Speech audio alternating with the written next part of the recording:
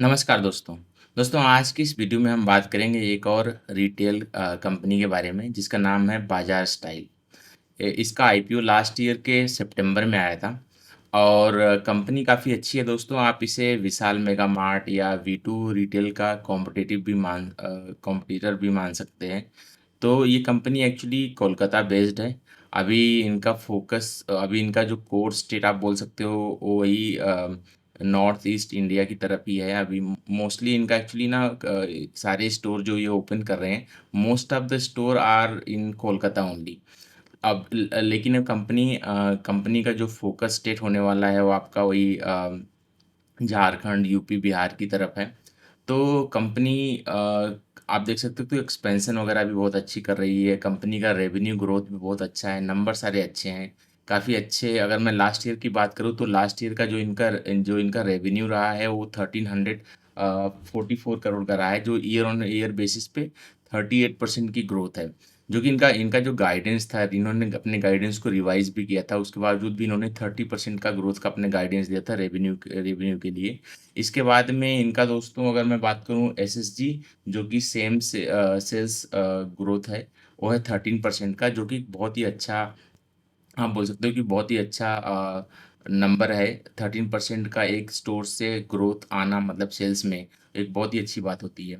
और इन्होंने कुछ स्टोर 52 स्टोर कुछ ओपन किए हैं लास्ट ईयर में, जो कि इसमें भी इन्होंने 35 टू 40 स्टोर का एक ओपन करने का गाइडेंस दिया था कि 35 टू 40 स्टोर्स हम ओपन करेंगे, लेकिन उसके अगेंस्ट में इन्होंने 52 स्टोर ओपन किए हैं।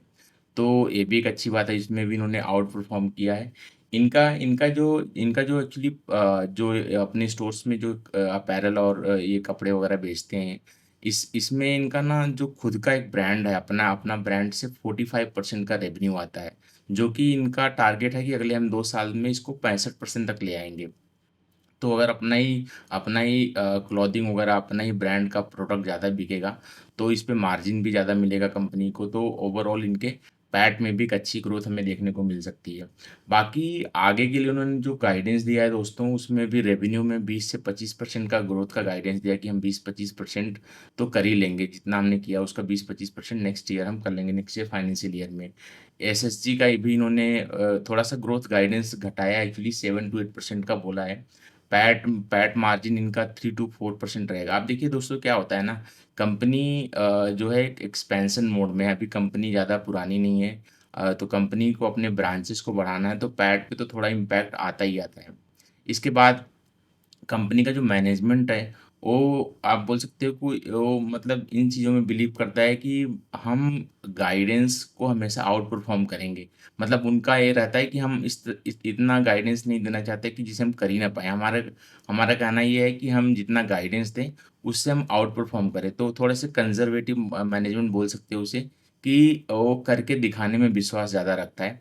तो अभी इनका इनका आप देखेंगे तो मोस्ट ऑफ द स्टोर जो ओपन भी करने वाले हैं ये लोग, ये वही कोलकाता में ओपन करने वाले हैं। उनका ये है कि मेरा जो अभी कोर स्टेट है, हमें वहाँ पे और डीप में जाना है और इससे क्या होता है ना कि चीज़ों को मैनेज करना, उनका जो एक इकोसिस्टम होता है कि इन्वेंटरी मैनेजमेंट करना, एम्प्लॉयी को मैनेज करना और भी चीज़ों की जो रिक्वायरमेंट होती है बीइंग अ न्यू प्लेयर, तो उनके लिए खर्चा कम हो जाता है, चीज़ों को मैनेज करना अच्छा हो जाता है। और कॉम्पिटिटर जो आने वाले होते हैं ना, उनको भी एक बोल सकते हो कि उनके अगेंस्ट भी इनकी एक अच्छी स्ट्रैटेजी है कि अगर हम ही हर जगह दिखेंगे तो हमारी ब्रांड विज़िबिलिटी ज़्यादा रहेगी और लोगों को इतना फ़ायदा नहीं पहुँचेगा जो और कॉम्पिटिशन आएँगे।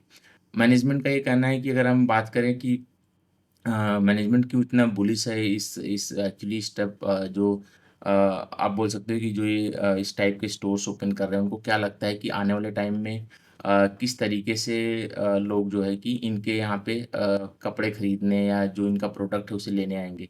तो मैनेजमेंट का यही कहना है कि अब जो ना जो अनऑर्गनाइज़ से ऑर्गनाइज़ की तरफ लोगों का झुकाव ज़्यादा है। कहने का मतलब लोगों को ये अच्छा लगता है कि किसी मॉल के अंदर जाएँ, जहाँ पे हम कपड़े को मतलब नए फ़ैशन, नए डिज़ाइन वाले कपड़े देखें, वहाँ पे हम चेक करें, हम वहाँ पे आप बोल सकते हो कि वहाँ पे प्रॉपर एक पहन के भी देखें कि कितना फिट हो रहा है और उनको एक ना थोड़ा-सा आप बोल सकते हो कि अच्छा लगता है। पहले कैसे जाते थे दुकान वाले के पास जाते थे, कपड़े लिए, कई बार वापस भी नहीं करने थे, तो इनके पास एक तरीके से आप बोल सकते हो कि रिफंड भी हो जाता है, रिटर्न भी हो जाता है, कोई प्रॉब्लम हुई, वहाँ खुद जाके चेक भी कर लेते हैं। एक एयर कंडीशन एक मॉल टाइप का होता है, जहाँ पे कस्टमर थोड़ा-सा ना अच्छा फ़ील करता है, जिस एक्चुअली इनका आप देखेंगे तो इतना कॉस्टली क्लॉथ नहीं होता है, इनके जो कस्टमर होते हैं वही लोअर इनकम ग्रुप वाले या मिड लोअर इनकम ग्रुप वाले होते हैं, जो आज तक ऐसी जगहों से कपड़े लेते आए हैं, जैसे वो मार्केट में चले गए, किसी शॉप ओनर के पास किसी को जानते थे, तो वहाँ से कपड़े ले आए। तो ऐसे कस्टमर को एक टारगेट करता है ये कंपनी। तो ऐसे कस्टमर को ना एक अच्छा फ़ील होता है जब ऐसी जगहों पे जाता है वो, तो कपड़े देखता है, एयर कंडीशन में जाता है, उसको अच्छा लगता है। तो उन कहने का मतलब है कि कंपनी काफ़ी ज़्यादा बुलिश है अपने अपने ग्रोथ को लेके कि कस्टमर का शिफ्ट भी इधर की तरफ होगा। और अब जैसे कोलकाता में जब ये अपना एक्सपेंशन अच्छे तरीके से कर लेंगे, फिर इनका आप देखेंगे तो सेम टाइप के कस्टमर आपका झारखंड, बिहार, यूपी कितना बड़ा स्टेट है। तो कहने का मतलब स्कोप बहुत ही अच्छा है। और अभी हालाँकि अगर आप बात करेंगे इनके इनके पैट की, प्रॉफ़िट की, तो प्रॉफ़िट तो कर रही है, लेकिन इतना ज़्यादा प्रॉफ़िटेबल अभी कंपनी नहीं है, क्योंकि मैक्सिमम पैसा इनका थोड़ा-सा, क्योंकि डेट भी है इनके ऊपर थोड़ा-सा। कंपनी छोटी है, एक्सपेंशन अच्छे तरीके से कर रही है, तो थोड़ा-सा इनके ऊपर लोन भी है, तो लोन के अगेंस्ट इनको इंटरेस्ट भी देना होता है।